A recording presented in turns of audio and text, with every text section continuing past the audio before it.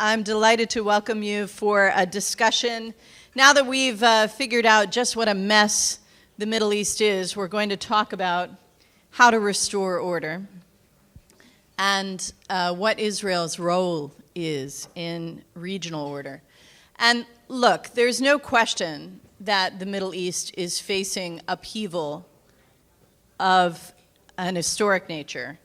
A breakdown of nation states, as we've seen in Syria, in Libya, and in Iraq increasingly, but also a breakdown of the state system and the regional order that the United States and Israel and our allies and partners relied on for a half century. The U.S. and its partners in the region used to lead a coalition that defended a status quo that benefited our interests. And that was a coalition for the United States with some key regional anchors, including Israel, also including Egypt and Saudi Arabia. Today, there is no status quo order in the region to defend. That status quo is gone. And so all of the regional actors and all of the external players are competing for influence to shape the future order of the Middle East.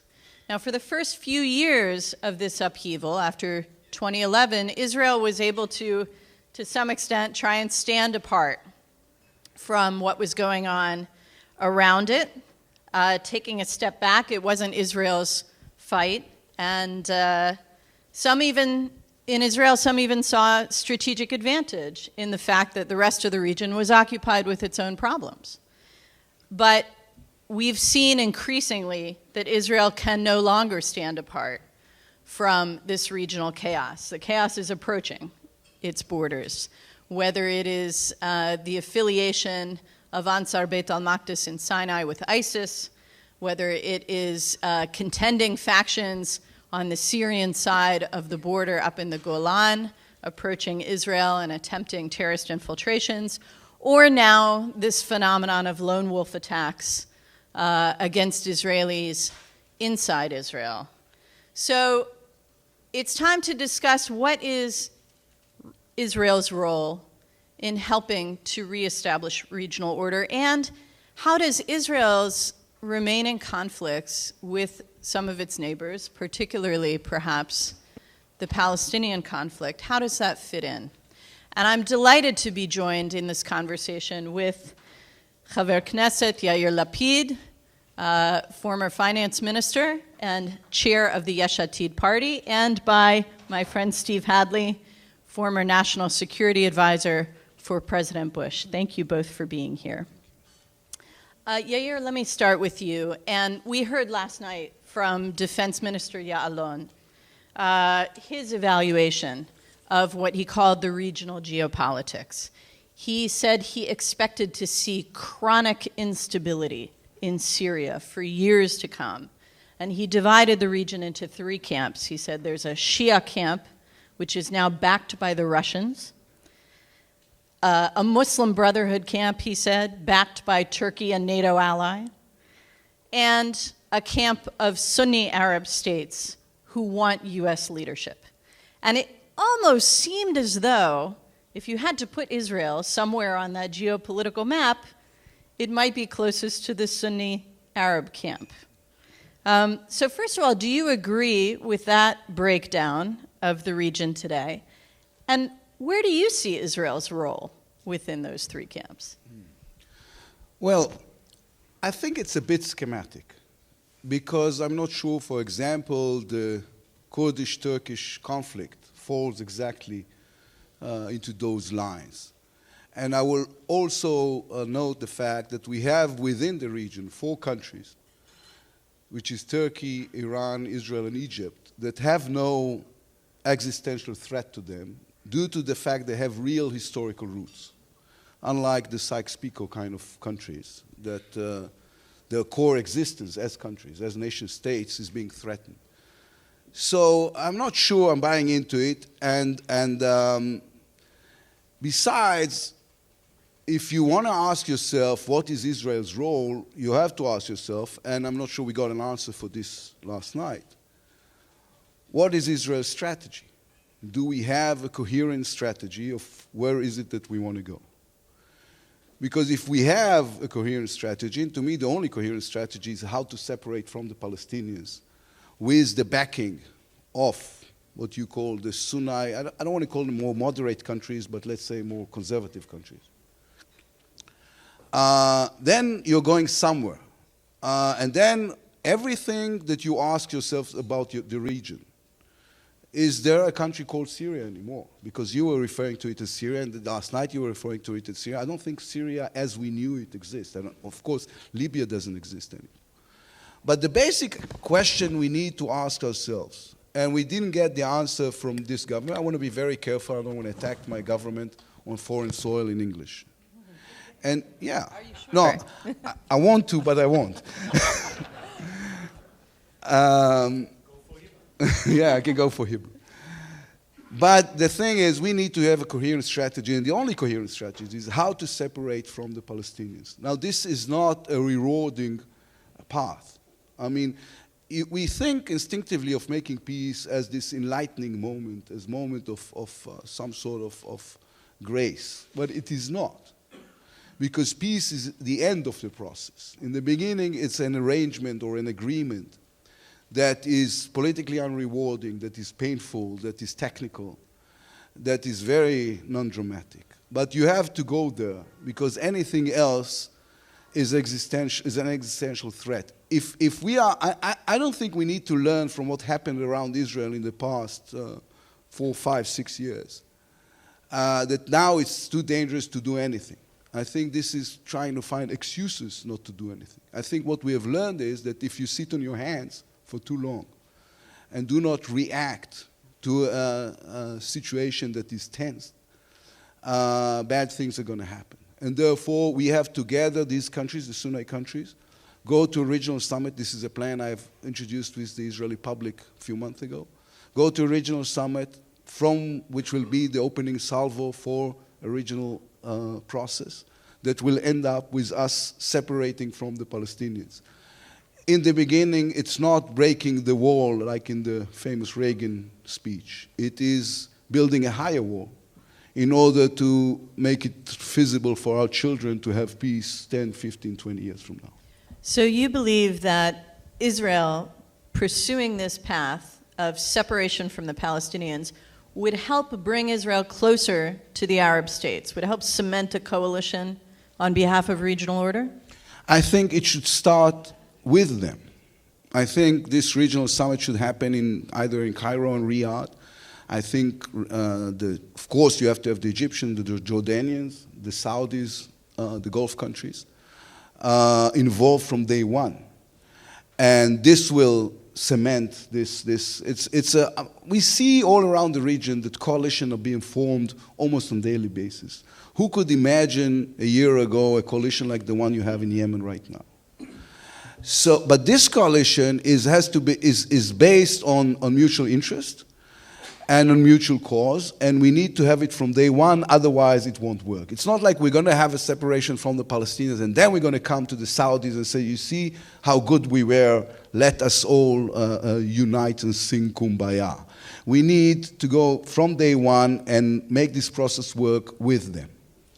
Okay, so Steve Hadley, you were involved in an effort to convene a regional peace conference, the Annapolis Conference, and to leverage common interests between Israel and Arab states on behalf of Israeli-Palestinian peace. What's your reaction to Chaver Knesset Lapid's proposal? Well, I think it's a very good one, and I think there's a lot to like about it. Okay, can we wait a minute for this to sink in? But yeah, I knew this is what.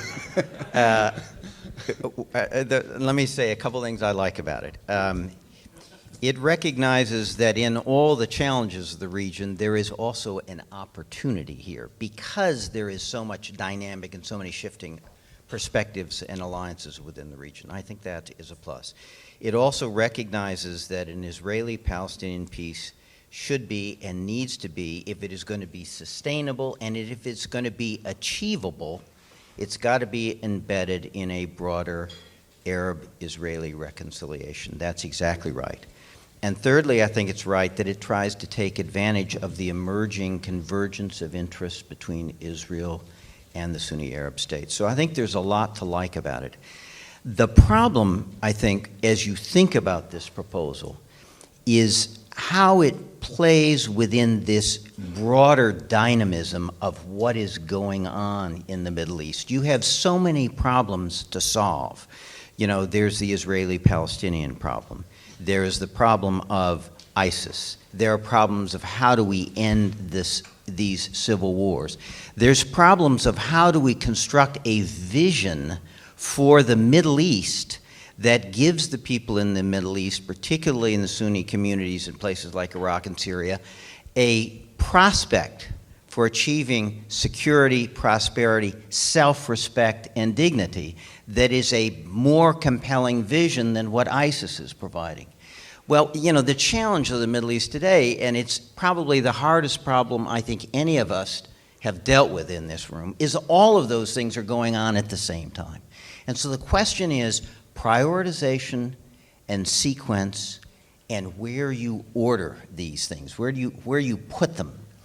And I think, you know, in diplomacy, the shortest distance between 2 points is rarely a straight line. And I think going right now to some regional conference on Israeli-Palestinian people may not be the way to get where Yair Lapid wants to go. And what I would be thinking about, and it's something we ought to talk about here, we have an international process, admittedly incipient, going on in what is being done in Vienna. And it is on the Syrian conflict. And it is a framework in which all stakeholders from within the region and outside the region are coming together. They're trying to talk about humanitarian assistance. They're trying to talk about a framework over time that would wind down the civil war in Syria. And hopefully they will increasingly talk about coordinating efforts against ISIS. Well, if that process gets some momentum to it, I think ultimately it could become a vehicle for getting a framework in the Middle East involving all stakeholders, as Tony Blair said, to address and develop strategies on the political, economic, diplomatic, and all the rest. That's where we ought to be heading. At some point, as Vienna gets some momentum, the question is whether there could be a subgroup of relevant Arab states and Israel beginning to talk about how to begin to make progress in winding down the confrontation between Israel and the Arab states and also the contours of an Israeli-Palestinian peace. I think that's where you get to your conference. I think if you announce it tomorrow, it looks incongruous given all that's going on in the Middle East. But if it can be an outgrowth of a Vienna process that begins to get momentum, I think that may be the framework for achieving what you're talking about. Okay, so you're both talking about trying to establish some anchor of stability in a deeply unstable region. And Steve, you just made the case for making Syria, or rather solving the Syrian conflict, focusing on that as the first necessary anchor of stability. Last night, Defense Minister Ya'alon said, look, we don't need to prioritize solving the Israeli-Palestinian conflict, not only, as you said, Yair, because it's too risky right now with everything that's going on, but also because, look, the rest of the region just isn't that concerned about it. So, Steve, do I read you correctly that you would agree with that? That for the Arab states, Palestine's not the priority, Syria is the priority, and if you want to get their attention, that's where you need to start. I think if you're going to begin to get some stability in this region, you've got to start with the civil wars. You've got to resolve the civil wars. That requires you start constructing legitimate states to bring stability there. I think you won't defeat ISIS until you've resolved the civil wars. So I think that is the priority. And for the moment, people are not seized with the Arab-Israeli issue, settling that issue as a priority. That may change depending on what happens in Gaza and the West Bank. And if, God forbid, you've got a lot more violence and you began to see ISIS showing up in some way, that will be a game changer. And that will change everybody's calculus. But I think for the moment, it is not priority. But in the end of the day, if you want a comprehensive strategy for bringing stability, prosperity, and a better vision in the Middle East, at some point, you're going to need to get to the Israeli-Palestinian issue. And Yair Lapid has suggested a way to proceed. I'm trying to put that in the context of a broader strategy of the Middle East and some notion of sequence.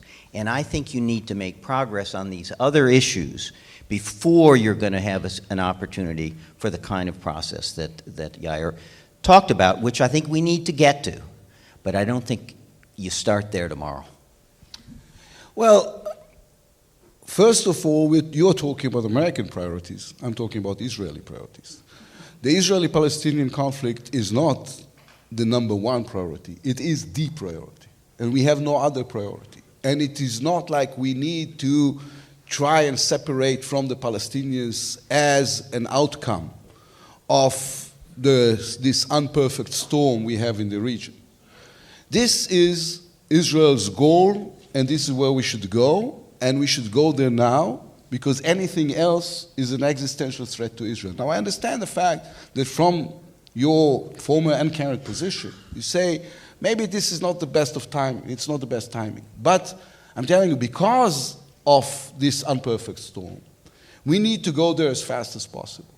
Because this is also a window of opportunity. But even if it wasn't, I would still be sitting here telling you, this is where we need to go if we will not separate from the Palestinians within the next decade. And if we want to separate from the Palestinians within the next decade, you have to start yesterday. Then Israel is under the worst existential threat it has since 1948. And so I understand it. I mean, I'm not saying that this is an intellectual game you're playing with. I understand what the position you're talking from within, but I'm telling you this is not Israel's best interest. Israel's best interest is to start tomorrow and use the current situation in the Middle East as an Archimedes ladder in order to go to this regional summit. Yeah, sorry. I'm actually trying to be your friend here. You ask my friends, it's not an easy task. There's so many of them around here. If I thought you could get there tomorrow, starting yesterday, I would be in your corner. Stephen, I think we agree on the importance and the urgency and the priority and all the rest. I'm trying to figure out, given all the things going on in the Middle East today and all the other distractions, how could you construct a realistic path so not only is Israel ready to go there, but the other Arab states are ready to go there? I want to comment in a sentence. This is what leadership is about. I'll give you a quick, the problem with historic examples is the fact that everyone has one, which is in a nice way suitable to what you meant to say. But if you look, you go back November 19th, 1977. A plane is landing in the Ben Gurion airport, and a window, the door opens, stands there President Sadat. The orchestra is playing. 10 days before, nobody thought this is possible. 5 days before, the Israeli commander-in-chief went to the government and said this is some sort of a plot by Sadat in order to start a new war. And Menachem Begin was smart enough to ignore it. So I'm telling you, I understand what you're saying, but I'm telling you the Israeli future leadership should go there now, not wait for the right circumstances to happen. How do I know that? Because we've been waiting for the right circumstances now for 40 years. And enough is enough, we have to go there now. Okay, Yair, I want to pin you down on where it is you plan to go. You said you want to convene a regional conference in Cairo or Riyadh. You talked about the Arab governments you would like to see support an Israeli effort to separate from the Palestinians. There's one government you didn't talk about with any specificity, which is the Palestinian Authority, your negotiating partner. Yeah. And part of the challenge of this regional chaos is that they do not have the attention of the Arab states. They're undergoing their own political upheaval. When you talk about Israeli separation, I assume you're talking about something that's negotiated. So talk to me about your Palestinian partner. Yes. I never meant it to sound like we are going to ignore the PA. Actually, if you wanna embody it, you have three tables. You have the bilateral table that cannot stand it there by itself. Since the Oslo Accords, there were 11 bilateral rounds, and they all came out to nothing. So, but you need to have a bilateral table. You need to have an Israeli-Arab table, and you need to have in between administrative table. That will be something of the sort that happens now in Vienna, or a P5+1 sort of media. So you have the enablers, you have the mediators, and you have the players themselves. But yes, we need to talk to the PA, if not for anything else, is because the core of my plan says that the security coordination will have to stay for the first 10, 15, 20 years, because we have to make sure, A, that the wall is higher, and B, that the IDF is still capable of doing anything it needs to do on the other side of this wall in order to prevent Hamastan from being built in the West Bank. Okay, so Steve, let me ask you, from your perspective as a former senior American policymaker, if an Israeli government comes to you and says, we want to withdraw the civilians, but the IDF needs to be able to operate, can you get the Arab states on board for that? It's tough. I want to answer that question, but I want to put it in the broader, because I want to go back to where I began. I think this is an interesting concept. I think it forces us outside the mold to try to think about how we would go in this direction. And I think, how could you energize, how could you bring the attention of the Arab world and the rest of the international community on this problem? It seems to me there are three things you could do. One, leadership obviously is critical. An Israeli leader could come forward with a plan, not just an offer of negotiation, but a real plan that is so credible and concrete. Now, the problem with that is there have been two real plans offered to the Palestinians, and they turned them both down. But as we play this mind game here, one is a plan. One is a dramatic visit of a country or a leader of an Arab country to Israel, or a dramatic visit of an Israeli leader to an Arab country. I don't know where you go, and I don't know the leader that comes. Egypt, is that strong enough to support an initiative to try to make peace among the Arab world and Israel? Is Saudi today? I just don't quite see where it comes yet. On the issue of separation, it's a tough one as a negotiating matter to say we're going to separate on the civilian side, but going to remain integrated on the military side, and the IDF is going to be present. You know, the problem for the Palestinians is a face issue, a dignity issue, but that is an ongoing stick with which Hamas will beat any Palestinian leader as long as that occurs. And so I think, on the other hand, certainly the security requirements of Israel require that kind of presence for a long time. So I think the only way you're going to get it as an outcome is that if it is phased and for a period of time, acknowledged as a period of time, and a period of time that would end not because of some arbitrary timetable, but because of some benchmarks on the ground that would lead Israel to conclude that it is going to be secure if it begins to gradually pull out so of the West Bank. Benchmarks of execution, not only of timetable. Not timetable, execution and facts on the ground that would allow to a sort of phased withdrawal. I think that's the only way it works. But if it is, Israel needs to be, the IDF needs to be on the West Bank till the end of time, that won't go. Well, I want to add to one point to what Stephen has been saying. The fact of the matter is the Palestinians do remember what happened in 2006 and 2007. I mean, the fact that they know that the risk of not having the IDF there is that Hamas will take over. And they don't want to be thrown out of rooftops again, as they were in 2007. And therefore, they will never admit it on day one of a negotiation because they are good negotiators. But when you speak privately to lots of them, they will tell you, we understand this should be for, so they will tell us a timetable and we will tell them execution, and then you have to ask yourself who's going to referee. But still, it is something that was not denied on the doorstep by the Palestinians. Okay, That's gentlemen, I am going to open up this conversation to the rest of the room because I see 10 cards going up, which means you have done your job in provoking some discussion. No, it means the Israelis knows its own record. Okay, but I'm going to start with an American, Martin Indyk. Well, 3 cheers for Yair, and I say that because even though I may have disagreements with the details, it is so refreshing to have an Israeli leader put an idea on the table.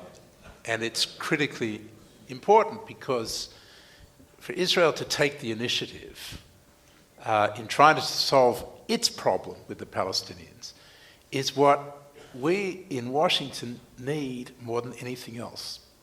Whenever Israel takes an initiative that's credible, the United States will get behind it. That's our responsibility as ally, but it makes everything else much easier. Martin, So- can I just follow up with you there? Any initiative? Any No, Israeli credible initiative? initiative. Okay. Credible initiative. So that's point number one. You know, our colleague Natan Sachs has written a whole article now about how anti-solutionism has become the default policy of the Israeli government. And that is basically that you don't take an initiative, you just sit and wait. And that is really problematic from an American point of view. Secondly, Tom Friedman is here. I'd love to hear his reaction to this. He just spoke to the new Saudi leaders, spent quite a bit of time with them. But it's a new Saudi leadership. And we're used to the Saudis being the caboose on the train, on the peace train, never willing to actually take a lead role on this issue, rather to wait for everybody else to do it, to put an idea out there, but it has no mechanism for implementation, and basically they'll sit and wait. But this is a different leadership there, and maybe they can be challenged in a way, privately first, that can produce a different reaction. So I think it's still worth trying. And so the problem that I have with Steve's reaction, although it's logical and in a way correct, that you've got to try to put it in a regional context and therefore put it into what's happening with Syria and Vienna, is that the chances that Vienna is actually going to go somewhere in any reasonable time frame is practically non-existent, at least in my point of view. So you're therefore holding back something that might actually have a chance of lubricating the Syrian process. So I would, if we had an Israeli government that was coming forward with such an initiative, I would grab it. All right, and before you respond, if I may, I'm going to bring in Tzipi Livni and then Tom Friedman to respond to Martin's question. Tzipi. Just push the button, if you would. The last time I think that we had the Arab world supporting the peace process was in Annapolis. They were invited, they were there, and they supported the efforts in order to achieve peace. I want to continue your remark that in a way, when I listen to it, it sounds like let's separate from the Palestinians and negotiate with the Arabs. In the end, the glass ceiling of the relations between Israel and the Arab world is the Israeli-Palestinian conflict. It can be not their first priority, but when it comes to relations with Israel, this is the glass ceiling. So I know that in Israel, to speak about Palestinians, it's not rewarded politically. It's better to speak about the Arabs. It's more romantic. They are rich. We have no real conflict with them. I'm talking about the moderates or the pragmatics. They don't use terror against us. We don't have disputes on borders. But talking about tables, the right thing to do is to have different circles, but not one with the other. But the inner circle is the Israeli-Palestinian conflict, need to be negotiated with the PA, with the Palestinians, because I was there in the past. And I not negotiated, but I asked the Arab representatives of the Arab League, it was 2008, I believe. They were invited to Jerusalem. They were there. I met them in Cairo, and I said whether they would like to negotiate the Arab Peace Initiative. At first I asked whether it's negotiable, and they said that it is. And then I asked if we can negotiate this with them, and she said, no, thank you. You should negotiate this with the Palestinians, and we would support any outcome that you would reach with the Palestinians. So in order to end the conflict with the Palestinians, we need to deal with the Palestinians also less attractive stuffs like security, also borders, also settlements, also all the core issues that are on the table. And these are the core issues that are on the table between us and the Palestinians. And then the Arab world can come. I don't say that it should be first and later, because when the Arab world support a process, when the Arab world support any decision, and maybe even pushing sometimes the Palestinians to make the right decision, this can help any Palestinian leader to make the right decisions. But just speaking about regional conference Arabs, it's nice, but without the Palestinians, we cannot do it. Thank you, Tzipi. And Tom, you published a column recently. You just got back from Riyadh, spent time with the Crown Prince and the Deputy Crown Prince and Defense Minister. How do you think the Saudis would react to the kind of ideas we're discussing here? Well, the first thing I can tell you is that I've heard the term Israeli and Palestinian mentioned a lot more this morning than I did in 4 days in Riyadh. So, did they mention it at all? I heard it almost never. And I don't want to suggest that they don't care anymore, but I will tell you their focus is elsewhere. I just make a few very quick observations. They are terrified of one thing, that ISIS attacks Israel. Because if ISIS opens up a front against Israel, your Sunni alliance is going to go out the window.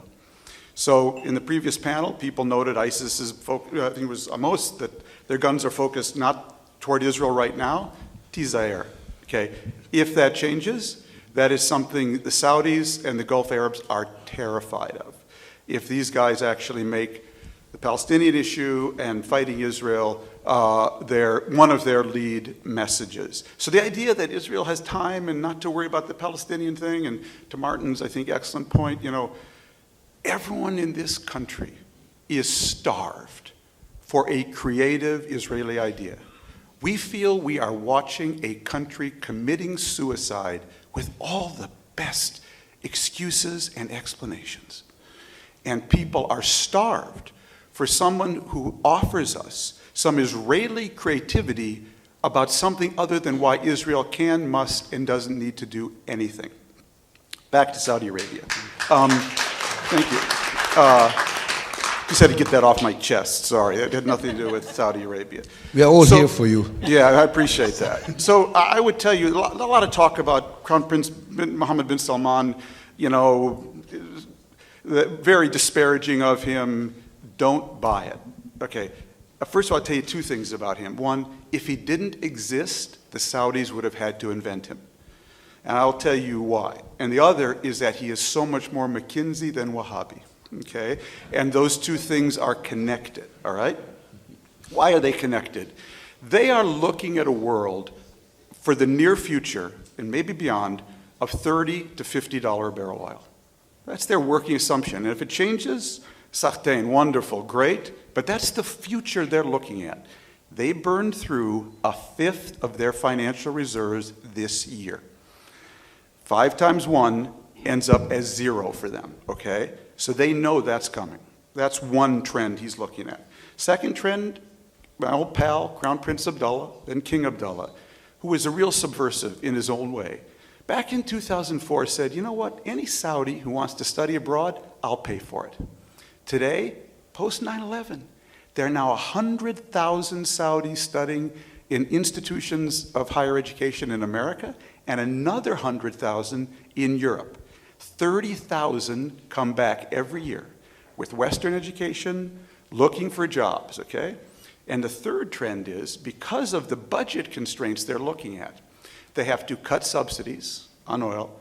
They basically burn in the summer 500,000 barrels of oil a day, of their own oil that they should be selling.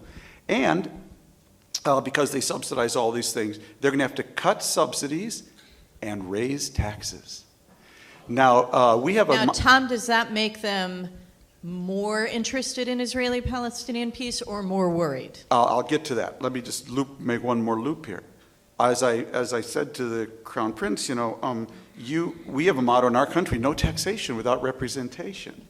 And you've lived by the motto, no representation without taxation, okay? Which is, if I don't have to tax you, I don't have to represent you. Well, the flip is now true, okay?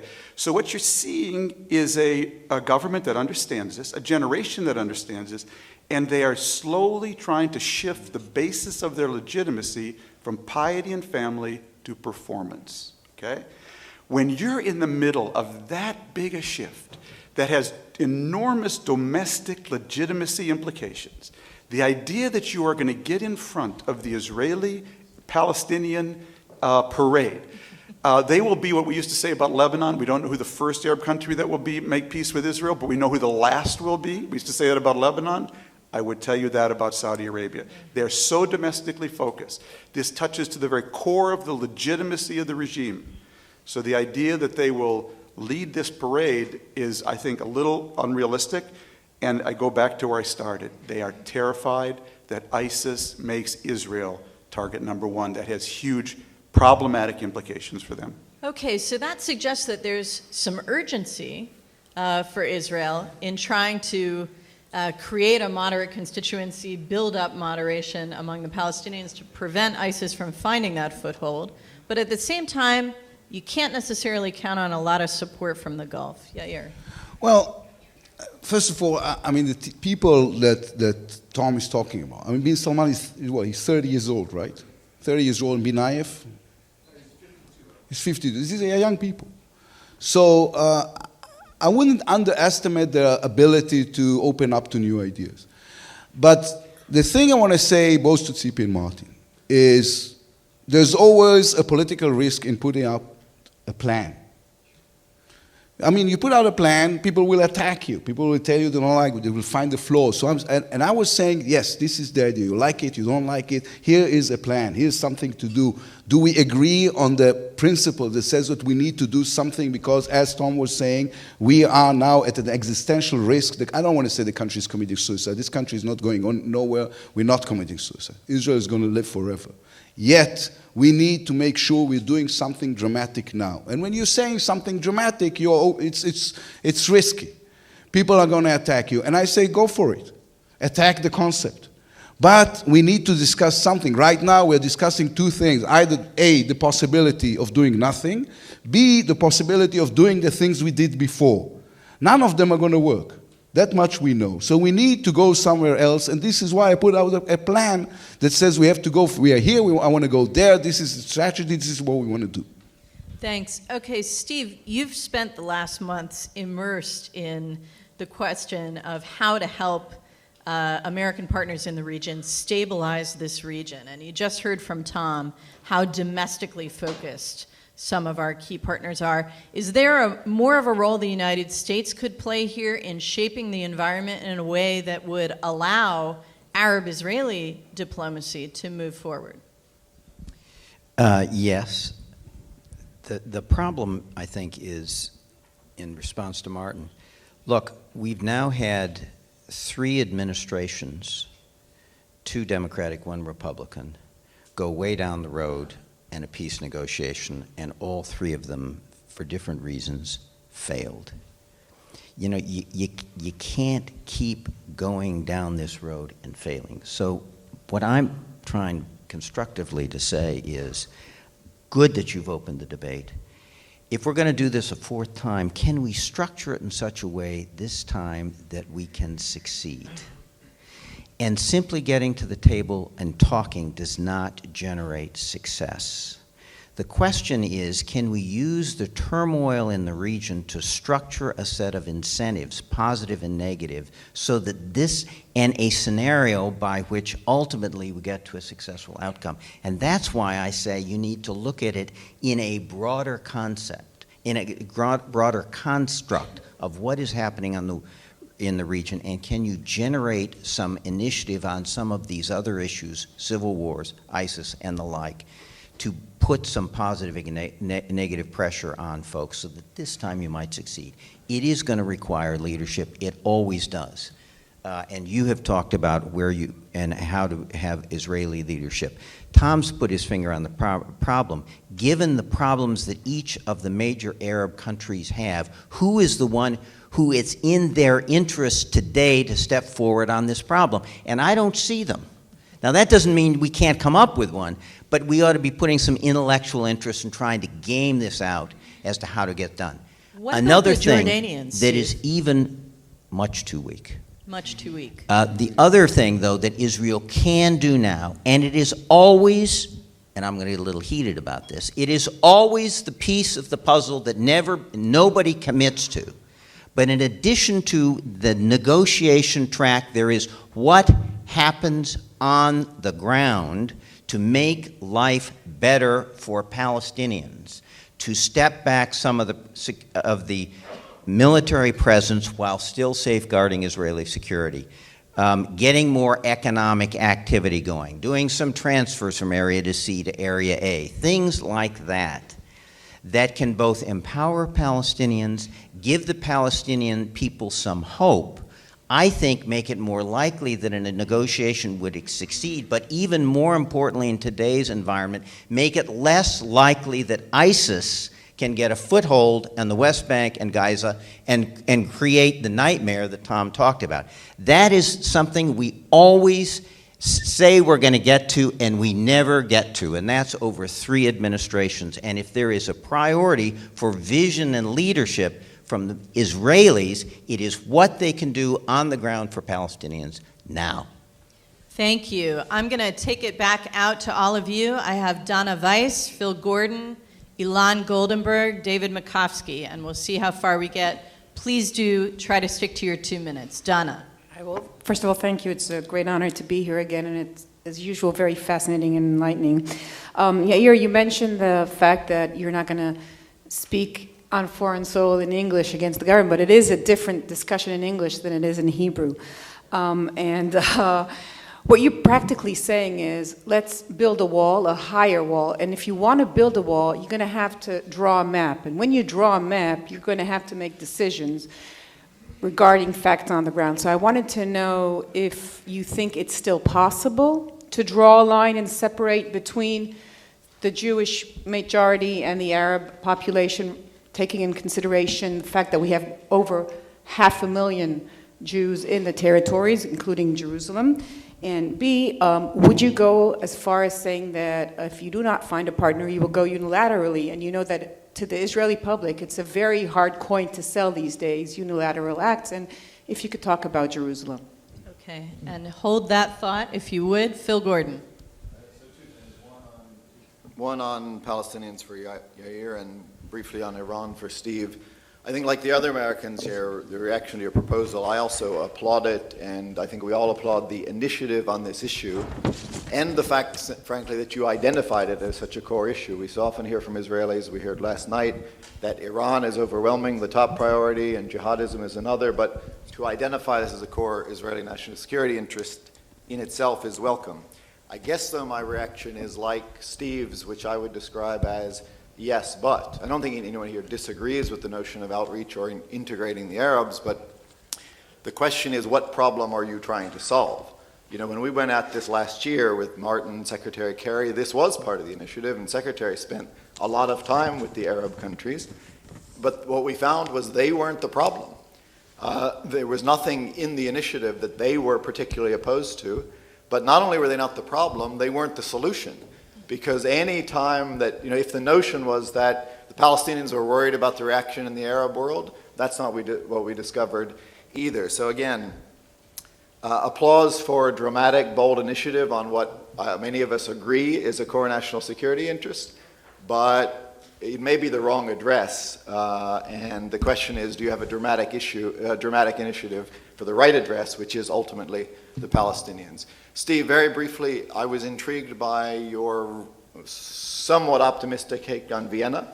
Couldn't agree more that resolving the civil wars is a key to everything across the region. But we've heard a lot in these discussions about the concern of having Iran at the table. So you seem to talk about Vienna as a plus because finally we have Iran at the table. Be interested in your take on their role in resolving these issues. Thank you, Phil. Ilan. Thank you, and actually going to echo some of the points Phil's just made. One point on specifically the Arab role in the last round of the negotiations when we were trying to do this with Secretary Kerry. The other thing we also found is they weren't really part of the problem or the solution, but when push came to shove at the very end and we needed them to put some pressure on Abbas or try to bring him forward, they weren't interested in doing that either. They didn't want to put any of their political capital into the idea of publicly arguing with Abbas or trying to get him to move. That was not part of their interest, and I don't think will be. So you're never, I think, going to get them in this environment to put an effort on that. And then also very much wanted to agree with Steve on his point about the Syrian civil war really needs to come first. That's the issue where everything we've been talking about all weekend comes together, whether it's Iran-Saudi competition, Kurdish-Turkish issues, U.S.-Russia competition, all of it. The reason all these different countries have different priorities, there's a lot of reasons for it, but you see all of it in Syria, and until you address that, nothing else really happens. We have seen two different prescriptions and descriptions of the situation in Syria and what can address it. I think what Brett McGurk was laying out earlier, and I think the administration thinks, is we're in a situation where the Russians are running into trouble, the Iranians are running into trouble, there's an opportunity to try to de-escalate and negotiate. I think that's one theory of the case. Another theory of the case you hear, for example, from Boogie alone yesterday is, now the Russians are feeling very confident. The Arabs are nervous because what they see the Russian intervention and feel the Americans are pulling away. The Iranians are feeling emboldened. And so that would argue that first you need to somehow shift the situation on the ground and try to apply additional American pressure and military intervention and only then get to a negotiated solution. I wonder, especially for Steve Hadley, where do you fall on that? Should we be engaging and negotiating, or do we need to also be shifting the situation on the ground first before we can do that? Thanks, Ilan. Okay, we're going to take David McCoskey, and then we'll come back up to the two of you for some comments. Okay. Steve said, we've had 3 times we've tried to hit the home run ball. Clinton in 2000, Annapolis, and the effort led by the Secretary in 2013-14, I was happy to be a part of. The question is, I look at a whole generation of 20-somethings in the Mideast, in the Midwest. I've gone to now 110 college campuses. There's a whole generation out there that was born after the Jordan-Israel peace treaty. They have no memories of the handshake, Madrid, any of the ups of the up and down roller coaster. They've seen only downs. From my perspective, I'd rather us achieve less, but succeed more. Unless we have some new idea that makes us believe we're going to succeed more by doing the grand deal. So my question is, there was an actor that no one mentioned so far in this session, and I don't know if they're going to be successful in trying to mediate between Israelis and Palestinians, because obviously anything that could be done together, to quote Sippy, would be preferable, and if not, then maybe we do what's feasible, what Yair was saying. I just wonder, he might be an imperfect mediator, but I wonder about Egypt, that has historically had a role. Sisi is someone who's liked by Israel, respected by the PA, and feared by Hamas. And I wonder if that's not a bad place to begin, even if you can only address Gaza as a start. But if you can't do something wider, then I think you have Yair's idea, because of Zionism was based on the idea you don't put your decision-making on hold to the decision-making of others if you feel Abbas isn't ready. And my last point to Steve, talking about Vienna, I think an undercurrent of the conference so far that hasn't been made explicit in a U.S.-Israel dialogue is basically Israel has no hope, doesn't believe that there ever is a future Syria. We heard this from Yalon last night. Itamar maybe expressed a dissenting view. But I wonder, the fact that Israel doesn't believe in Syria, doesn't see ISIS as a top threat, if that lack of that divergence between the U.S. saying it's a top priority for a unitary Syria, and the Israelis don't believe it's possible, if that's a relevant data point in terms of U.S.-Israel relations, or is it irrelevant because Israel won't be decisive in that outcome anyway and is not even part of the Vienna process? Thank you. Okay, thank you. I'm going to start with Steve. And Steve, I think both of you actually, what you heard across the room is a tension between, as Tom described it, starvation for big ideas and new proposals, and a fear of being overambitious in a region with a lot of contradictory interests and major powers, especially the United States, that might be limited on bandwidth. So Steve, from a Washington perspective, how do you strike that balance? Well, you know, this is a hard problem that we're stuck with dealing with because the consequences of failing to deal with it are too unacceptable to everybody, including Israel. On David's point, I don't know what the future of Syria is. Nobody really knows. But I know that that civil war needs to wind down. And if we can't get the violence down and get some prospect going forward, it's going to do what it's done for the last 4 years. It is the engine of increased violence, increased sectarianism, disruption in the region, and an open door for ISIS. It will simply continue to do that. So it needs to be addressed. I'm not optimistic about Vienna particularly, but I think if we're going to get to an outcome, it's a combination of the kind of diplomatic process in Vienna, which is now started, that brings all parties within and from outside the region to the table. But secondly, more assertiveness on the ground. Vienna will not succeed unless, in my view, the United States gets much more actively engaged on the ground in Syria. We've had a discussion this morning about how that might be done, so that the region knows that it is neither going to be a Russian sphere of influence, no part of Iranian hegemony. So the Russians and the Iranians begin to think this isn't such a great place anyway, and that gives some strength to the negotiations, because talking in Vienna will not solve this problem. We have to affect facts on the ground, which will then begin to impact the conversation in Vienna. I don't know about Egypt, Sisi. I mean, it's the kind of thought that ought to be given to see if we can take Yair's idea and turn it into an operational plan. But again, I go back to where I mentioned earlier. If the opportunity where Israel really can lead and lead boldly is on the ground, bottom up, creating in the West Bank the conditions for peace and maybe a viable state, by changing the expectations on the ground. And that's something Israel has completely within its control and needs to do and has not done for 2 decades.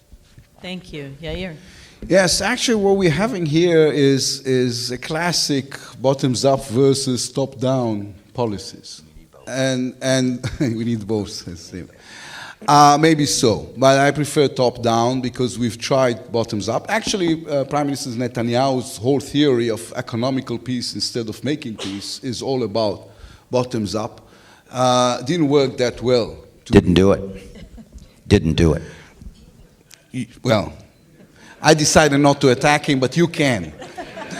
I'm not attacking. I'm describing the conditions on the ground. Go look. This is what I'm saying every time I'm attacking somebody. So, but I think we agree to the fact that, Israel cannot and should not try to absorb 3.5 million Palestinians if it wants to stay. Maybe we should go back to the basics. If it wants to stay a Jewish democratic state, we need to do something. And we need to do it now. These are the basics. So maybe we forgot about them, and this brings me to Dana's question. Yes, of course, we understand the fact that we have to draw borders. The secure borders is the key issue here.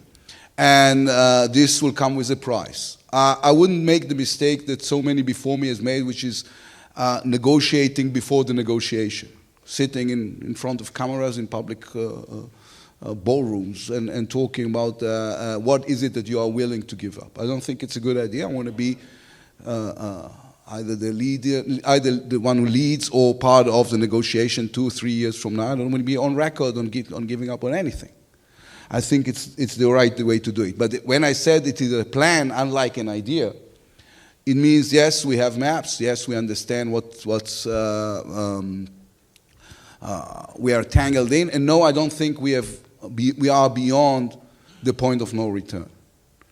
I know it feels sometimes that if you look at Israel and Palestine and then the region, it feels like we are, I don't know, an equilibrium that is drowning within a quagmire. But, yeah, and yet, we have to do something, and this something comes with a price. And I don't think this should be unilateral, because the Israelis are right about the fact that we tried that. And the Palestinians, instead of building schools and hospitals, brought Hamas into power and built terror tunnels and start firing at our people. So I don't think we should or can go unilateral. I think it should be part of a broader agreement. There is a misunderstanding about the plan, listening to Tzipi first and then to Phil. I never said we're not going to talk to the Palestinians. Of course, the bilateral talks are the core of any plan, but it has to be surrounded by what I call the enablers and the moderators. It has to be, you have the middle table that says, today you're talking about Gaza, I'm simplifying, of course. Let's bring in the Egyptians. Today we're talking here in the bilateral talks about the Jordan Valley. Let's bring in the Jordanians because we need them on the table. We're talking about how to establish a Palestinian state financially. Let's bring in the Saudis and the Emirates. You need to have those players who are the enablers, and you need to have the moderators in order to bring them in the right time and in the right context. So this is the idea. But of course, talking directly to the Palestinians would be part of any move we're making. I